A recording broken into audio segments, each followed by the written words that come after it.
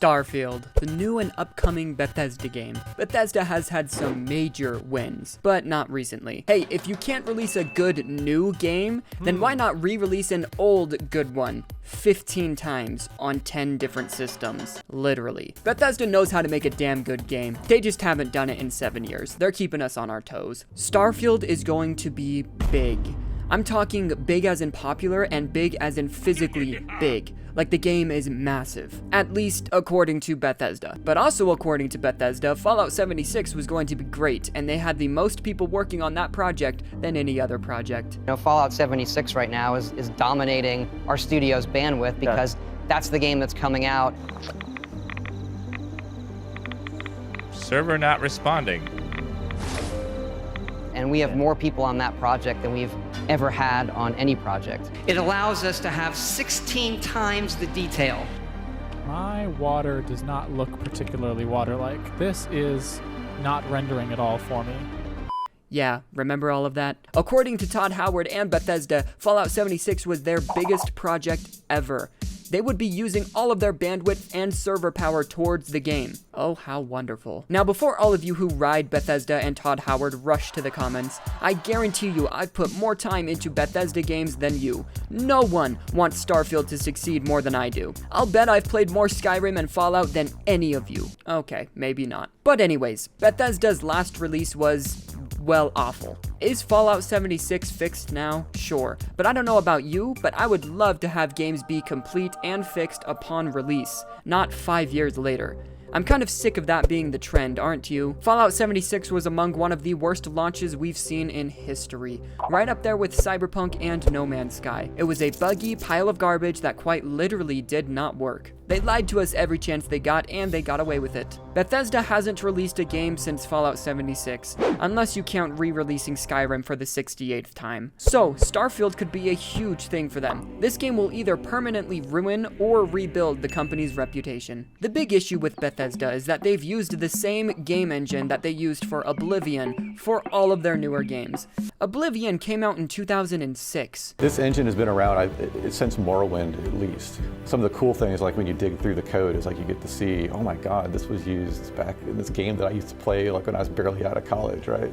Now yes, they've made some improvements to the game engine since 2006, obviously. But the games that have come out recently from that game engine are very subpar performance-wise. Fallout 4's graphics and performance were very mid when it came out, and Fallout 76 looked and performed the same as Fallout 4 3 years later. If not, it performed worse. So the game engine is obviously very outdated, like prehistoric. Now, there have been rumors that Starfield will be using a new game engine. I don't know if that's true, but I do know that if it's using the same game engine as Oblivion, it's going to be awful. Like I said, I want Starfield to be good more than literally anybody. I am so horny for a new game that is actually good and complete. I want a playable masterpiece that will become an instant classic.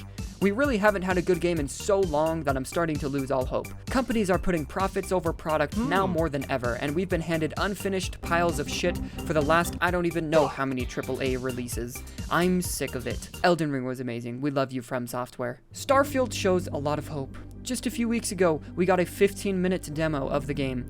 I know, we've been here countless times before, but the demo looks incredible. I mean, truly impressive. If this game has what Todd Howard says it will have, it will be as good as Skyrim, I think. But Todd sure does have issues with overpromising and just straight up lying. It allows us to have 16 times the detail.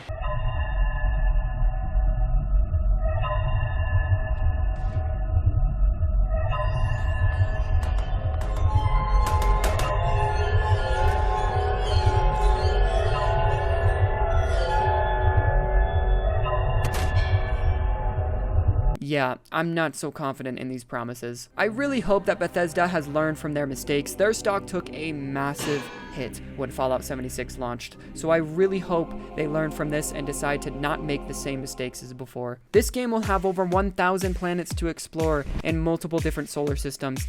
This sounds almost too good to be true. If each planet were unique and had their own quests and maybe their own storylines, this would be so amazing. Of course, that's how Todd makes it sound like it will be. Over 1,000 planets, all open for you to explore. Imagine each planet walks you through a story of its history, or each planet takes you on a journey to learn about what's unique about it and what materials you can get from it that you cannot get from other planets. Imagine that each planet has its own unique mobs that are different to battle. Some planets are heavily populated and some not. Imagine. But honestly, what it will probably be is a shit ton of reskinned planets that are basically the exact same, just different colors. Unfortunately, the first 3 planets you explore will be cool, and the hundreds after that will not be special in any way, shape, or form. I don't see Bethesda investing the time required to make each of these planets and systems truly unique. I hope that they do so badly, but I don't see it actually happening. That is a lot of work. No Man's Sky looks incredibly similar to this game, especially farming for materials. Hold on, pause. They really said Control-C and Control-V on this. That is straight out of No Man's Sky. Hold up, does that count as plagiarism? Anyways, No Man's Sky was obviously awful at launch, but it is much better now. I still personally find it incredibly boring because of the lack of story. Yes, there is a storyline in No Man's Sky, but it's not very appealing. It feels super pointless and dull. Maybe I haven't played it enough to know better, so please don't come at me in the comments, but that's just how I feel. I think No Man's Sky did a wonderful job creating unique planets and solar systems. There just wasn't a point in exploring them. There was no reason to. That's where I think Bethesda can really make this game great. We obviously know that the storytelling in Bethesda games is unmatched. The plot lines the scriptwriters have come up with over the years are nothing short of perfection. Some of the coolest universes and stories in gaming have come from Bethesda. So the ball is in their court. Will Starfield have what No Man's Sky is missing?